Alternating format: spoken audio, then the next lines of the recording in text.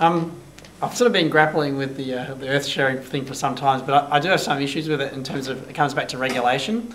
For one, I would argue that all old growth forests have to be locked up because they're net carbon, they're a carbon store. So that there wouldn't be much value there in the community wreaking sort of money out of that if it's a lockup. Same goes for the value of sort of Aboriginal land. You sort of talk about land that's worthless. Well, it seems that way until you find out, say, what's underneath it. And so then it comes back to specific regulation in that area.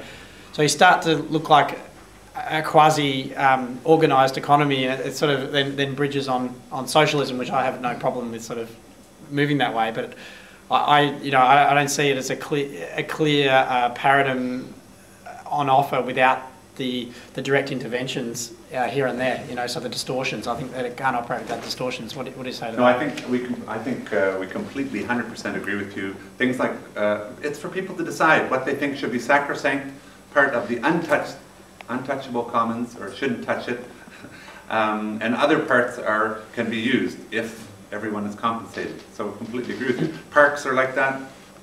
Yeah, and just quickly one more. I was thinking about, say, Microsoft. So it's a private business that sells a good.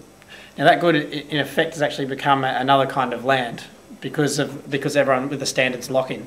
So people tend to get locked into, although there's an alternative movement which I'm part of, but a lot of people are locked into that. So therefore, an organisation with a monopoly like that, I would be wanting to have taxed. So that sort of is outside of shifting or off a private business that's just going about doing its own thing. Yeah, we had that discussion last night, and I haven't quite got my head around the internet yet. But if you own a Rembrandt, you have monopoly over that Rembrandt. You're the only one who's going to look at it. But you're not putting anyone else out by owning a Rembrandt. I mean, you could say everyone has a right to see it because it's so valuable. But if you own land downtown Melbourne, you're forcing everyone to drive by it. So you're putting other people out by monopolizing land. But I'm not sure how the internet, Carl, do you have a comment on? Well, the internet was developed under open source, so the community developed it to begin with. So perhaps Microsoft should be paying something back to the community for the right to be allowing its products into that realm. Yeah, but I'm thinking, say, standards. Can I just wind up, because this is a very interesting one, because within the Greens, we run Linux in the Victorian office, and we constantly have battles with people in the organisation because they want the reality of using, the perfect compatibility between Microsoft, that's what they claim, Microsoft software, so that we can, realistically have that little edge to win an election. Now, slide away, we're moving into the paying the Microsoft governance tax, which is what it is when we do that, when we fall into that trap. And you wouldn't believe the arguments within the Greens over this. It's huge, right?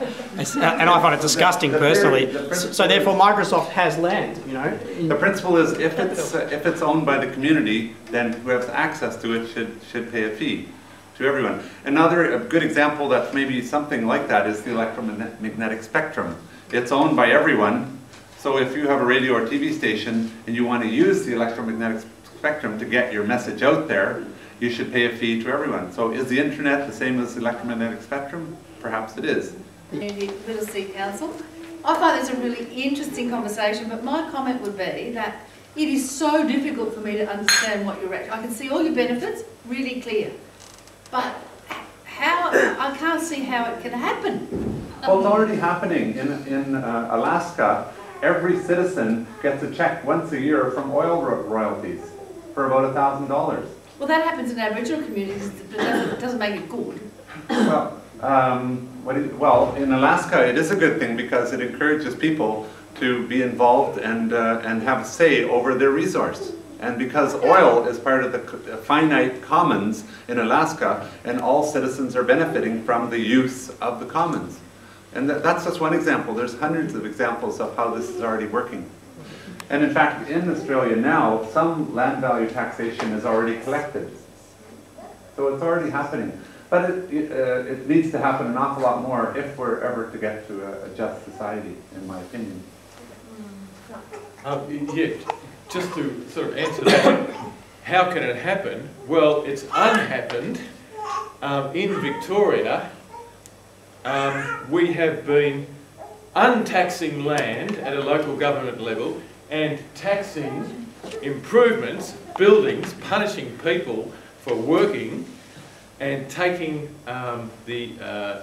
reducing the economic rent collected from land to the point where we only have one city or shire in Victoria, the city of Monash, which collects its local revenue from site value, from land only. So if it can unhappen the wrong way, why can't we shift it back? There's a lot of information at a table back there. There's several books. One is a study of Australia, and it's called Unlocking the Riches of Oz, and it's a fabulous book to explain a lot of this information.